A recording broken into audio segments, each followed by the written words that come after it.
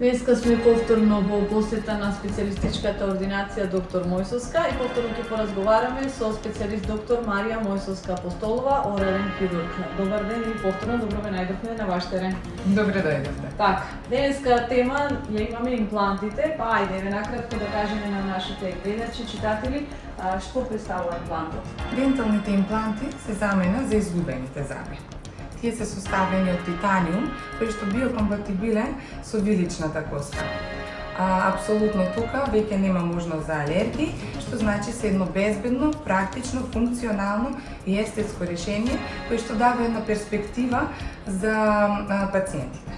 Така, во кои случаи може да се вгради имплант? Дали тоа станува збор за еден или за повеќе? Постои можност. Така. Имплантите можат во повеќе случаи да се вградат кога не достига еден заб. Тука веќе станува една убава ситуација каде што нема можност да се стругаат двата соседни заби и точно се поставува имплантот на местото на изгубениот заб. Кога станува збор за загуба на повеќе заби, веќе се стават повеќе импланти, соодветно да се обезбеди една статика за идното протетско решение. Додека имплантите може да се стават и во случаи кога пациентот ги има изгубено сите заби, независно дали тоа е во горна или во долна вилица. Прилика на која возраст може да се постават импланти? Имплантите се поставуваат после 18 години, кога веќе е завршено развојот на виличните кости. Како оди постапката? Сега е да објасниме процедурата од почеток па до самиот крај на поставување на имплантот. Да, секогаш пациентот кога дојде во нашата ординација бара решение со кое што да ги надомести оние изгубени заби. Постојат повеќе решенија од конвенционални до модерни. Соодветно во моментов ќе зборуваме за она рехабилитација на целото усно забало, каде што се нуди едно статичко протетско решение со цел пациентот да се осети сигурен и да се врати само до вербата на пациентот. Со доаѓањето на пациентот се прави една 3D обсежна анализа, која што следува после еден убав, детален клинички преглед, да се видат условите на соодветниот пациент за понатамошната идна конструкција. Со таа 3D снимка, значи ние правиме една обсежна анализа до милиметар, определуваме должината на имплантот, ширината имплантот, местото, позицијата во која што ќе се постави имплантот. После таа фаза одиме фаза на поставување на имплантите, соодветно претходно се презентира решението на пациентот кое што сме го одлучиле. Секогаш постојат повеќе решенија, се нудат повеќето решенија, па заедно со пациентот одлучуваме кое решение ќе биде најдобро и за него, но сепак да има и услови за тоа решение. Во следната фаза, кажавме, ги поставуваме имплантите и тука завршува таа првична фаза. Втората фаза е поставување на абатментите.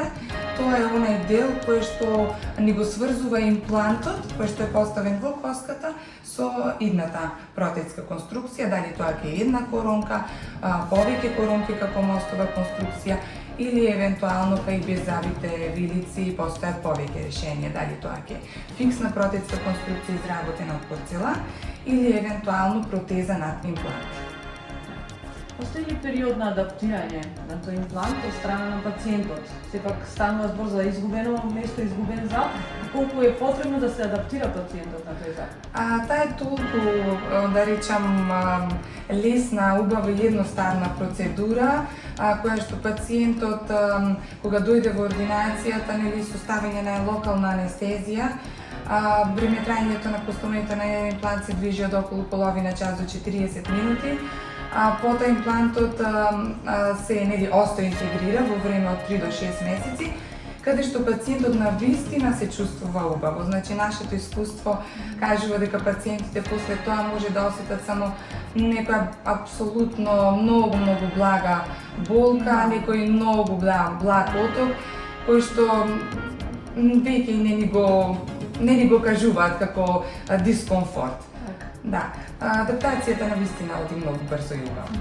Од што зависи успешноста на имплантите? Успешноста на имплантите, тука морам да потенцирам 3 фактори кои што навистина треба да се спазат за да имаме едно убаво решение кое што ќе не служи во нели наредните долги години. Првиот дел, она што го кажав, добра анализа од страна на доктор. Значи, каде, што и колку ќе се постават импланти.